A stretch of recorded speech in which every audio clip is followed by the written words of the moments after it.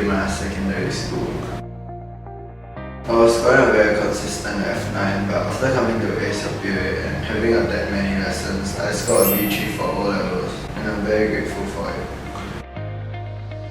I think it will be that Mr. Kurt is very interactive and he really wants his students to do their best and really excel in their studies. But apart from just that, he also wants to get to know them personally, not because he wants to be extra in their life, but really because he cares for their well-being and really because he just wants to make sure that everyone is okay and that everyone can keep up with the speed that he's teaching lessons.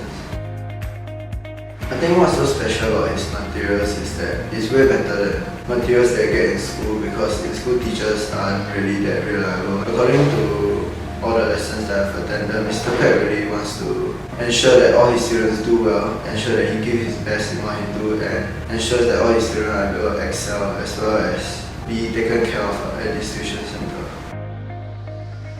I think main difference is where Mr. Kurt pulls you out one-on-one sometimes to ask about how you're doing, not just related to studies but really towards your personal life to ensure that everything is doing well and going smoothly. I just want to say a huge thank you to Mr. Kurt and Ace of POA because if not for them, I really would have given up POA.